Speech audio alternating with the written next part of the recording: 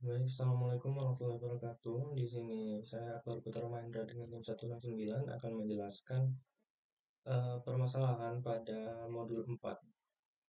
Berikut merupakan permasalahan pada nomor modul 4 dengan 3 permasalahan. Kita bahas dari permasalahan pertama. Yang pertama, terdapat suatu kondisi di mana pada tempat fotokopi kampus, harga fotokopi per lembar disesuaikan dengan berapa jumlah fotokopi dengan ketentuan sebagai berikut.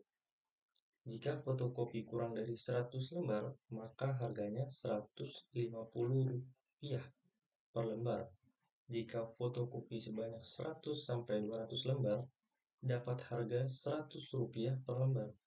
Jika fotokopi lebih dari 200, maka harganya 80 per lembar.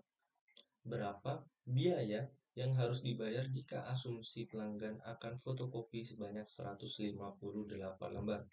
Buatkan skrip dengan menggunakan kondisi if-else yang menampilkan biaya fotokopi. Baik, langsung saja ke bagian programnya. Di sini saya menggunakan HTML sebagai tampilan untuk di websitenya nanti, meskipun saya tidak mengatur terlalu banyak pada bagian CSS. Namun berikut logika if-else pada permasalahan yang diminta. Di sini ada tag PHP di mana ada variabel lembar dengan jumlah 158 seperti yang ditentukan pada permasalahan tadi. Lalu di sini ada logika di mana jika lembar atau nilai yang ada pada lembar itu kurang dari 100, maka variabel harga akan diinputkan nilai 150. Lalu jika data kondisi ini tidak dipenuhi, maka akan masuk ke bagian else if pertama. Jika lembar lebih dari atau sama dengan 100 dan lembar kurang dari atau sama dengan 200, maka harga akan diberi nilai 100. Dan jika tidak, maka akan masuk ke bagian else, harga 80. Jadi, jika jumlah lembar ini lebih dari 200, maka harga akan disetting menjadi 80. Lalu ada perkalian untuk mengisi variabel total, di mana lembar akan dikalikan dengan harga. Lalu di sini ada masuk pada bagian HTML, di mana saya menggunakan ketiga dan juga P untuk memunculkan string dan memanggil nilai yang sudah ditentukan. Baik, langsung masuk saja kepada bagian outputnya. Nah, di sini perhitungan biaya fotokopi dengan jumlah lembar 158, harga per lembar 100, karena pada bagian lembar kurang dari 100 tidak memenuhi, maka sistem membaca pada bagian else if di mana lembar berada di antara nilai 100 sampai 200. Lalu akan dikalikan dengan harga, maka akan muncul 15.800.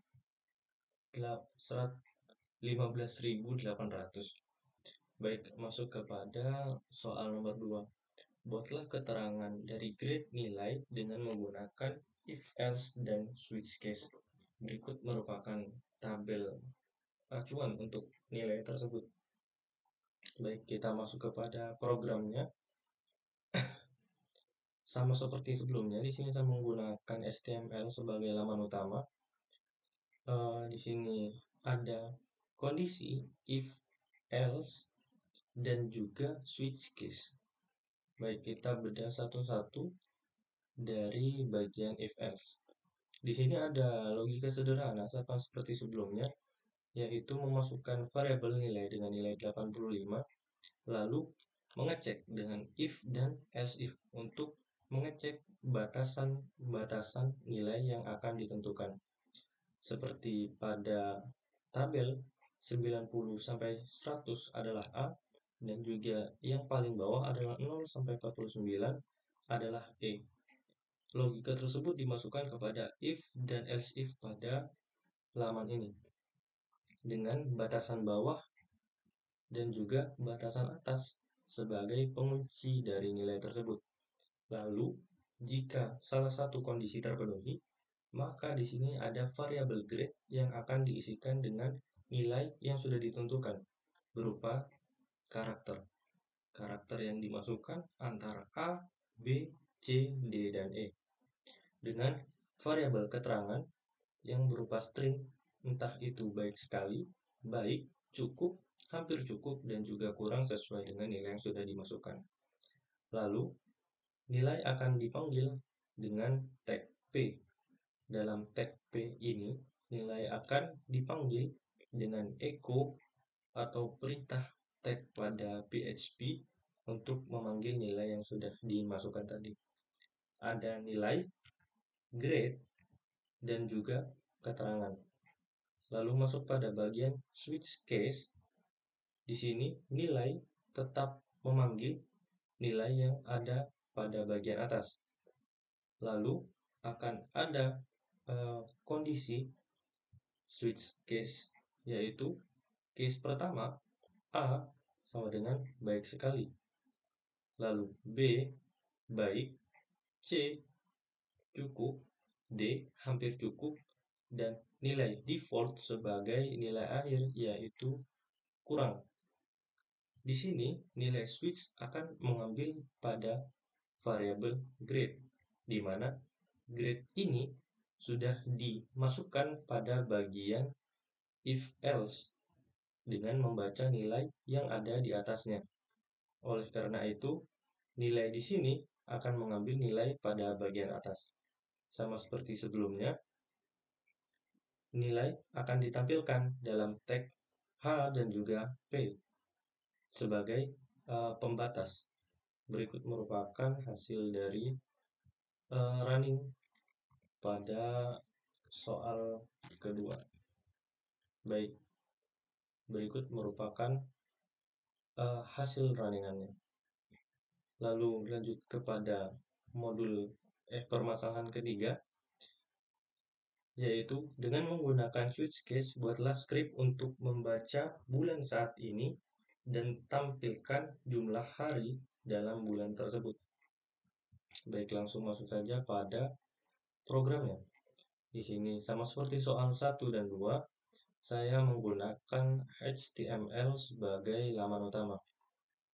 Di sini masuk kepada teks PHP-nya langsung. Di sini ada variabel bulan dengan tipe data date. Date ini akan mengambil tanggal pada saat ini yang ada pada desktop kita.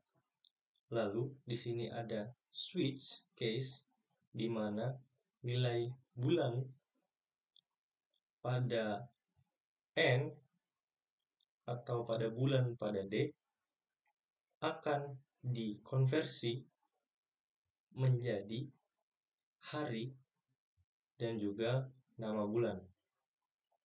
Jadi sistemnya pada date ini akan diambil bulannya saja dalam bentuk angka, lalu nilai bulan tersebut akan dikonversi menjadi jumlah hari yang sudah kita setting atau saya setting pada bagian hari dan juga pada case-case tertentu. Di sini pada case 2 seperti pada bulan Februari, saya tidak menghitung perhitungan kabisat atau perhitungan yang lebih kompleks di mana ada 28 dan 29. Saya memukul rata untuk bagian Februari yaitu 28 hari.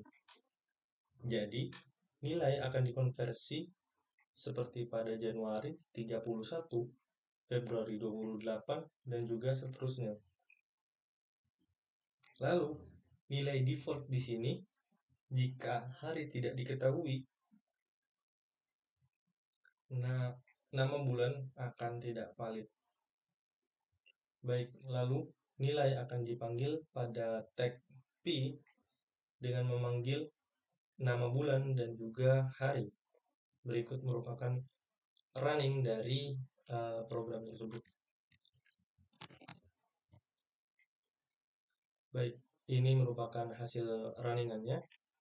Baik, mungkin itu saja yang dapat saya sampaikan pada permasalahan modul 4 kali ini. Kurang lebihnya mohon maaf. Wassalamualaikum warahmatullahi wabarakatuh.